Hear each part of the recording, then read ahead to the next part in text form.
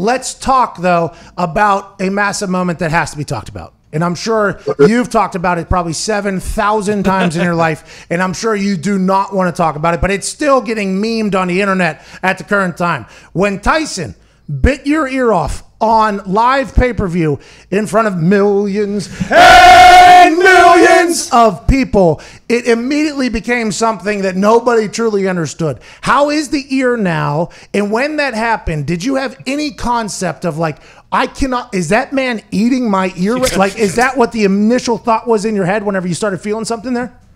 Well, no, when he bit me on the ear, my first thought was to bite him back. I was going to bite him back. I was going to bite it back if my corner guy at that time, a guy named Tim Hallmark. Now, this prophet had told us, he said, something bad going to happen in this fight because this is the only way this guy can win. And I said, and he said, it's going to happen in your face area. He said, and I just thought maybe I'd get hit with an elbow, a headbutt, because these are things that happen. Never ever in my life thought I would ever get bit. And like that. So when he bit me on the ear, I jumped up and I was so mad and stuff. The first thing I told Tyson, I told him himself, I said, the big old cheeks you got?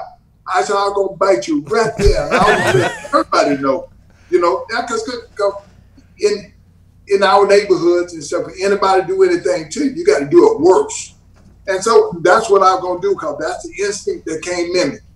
But when this prophet told us this, I told my corner guy, Tim Hallmark, I said, remind me if this happened. And I was hoping that it didn't happen. But I remember he kept hollering out when I was thinking of the plan because I was like, now I see Tyson looking at me. And so I realized if you act like you're scared, then people think they got you. Yeah, but I will only go act that way where he can get close to me where I can grab it because I was going to trip him up and bite it. But my corner guy kept shouting. He just kept, don't do it. Don't eat. Evander, keep your mind on the Lord. So he kept saying that over and over and over. And I was getting mad with him because he kept saying it. I wanted to do what I wanted to do. But because he kept saying that, then all of a sudden, my mind thought about what my grandmama would tell me. My grandmama used to always tell me, she said, revenge is the Lord's. Now, they always catch a second person. They don't say nothing about the first person, but the person who do a second, I remember the time when I used to get all these whooping.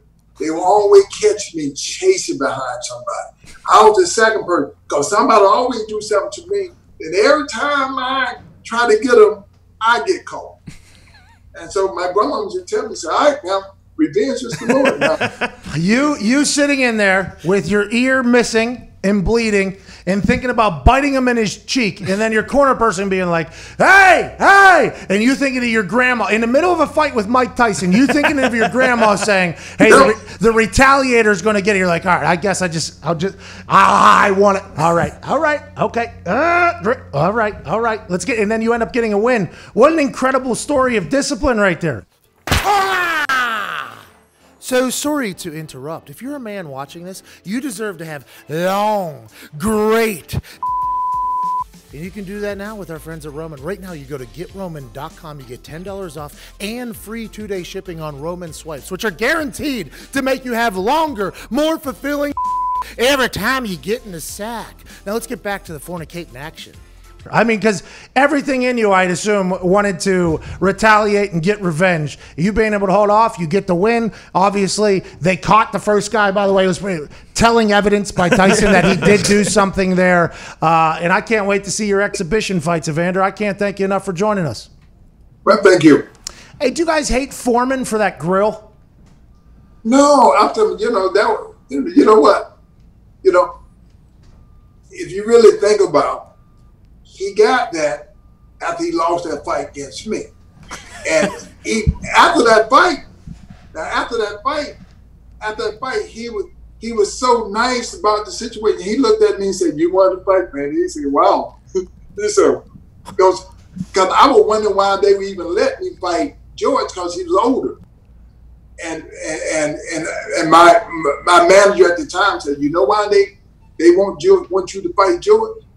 Because they believe George is gonna knock you out." Oh. I said, man, this guy old, which he was 42, and I was 29. I said, he said, "Evander, they would not be giving you $21 million for nothing." They thought that people don't give money away. Because, at that time, I wanted to fight Mike Tyson, because everybody was telling me, "You're not a champion, you ain't beat Mike Tyson." And so, you know what, I was like, said, I want to fight him. So, but they were giving me $30 million to fight. They were going to give me $30 million to fight Tyson, but they were going to give me 20 to fight Foreman.